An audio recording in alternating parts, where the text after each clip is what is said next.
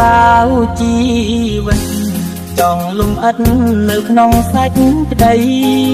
ជីវិតកាត់មកប្រក្រៃមានតម្លៃក្នុងសែតណែគេពីលើដល់ក្រោមក្នុងចំណោមចូលមិនចំទេព្រោះខ្ញុំអ្នកក្រខកគេសូមបីក្បែរក៏គេមិនប្រាថ្នា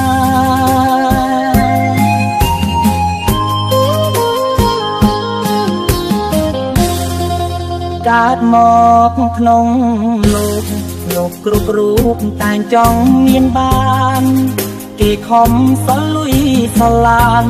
គ្រូសិក្សាជួបជុំគ្រួសារខ្ញុំរៀនបានតិចក្រលំបានជួបតែបញ្ហា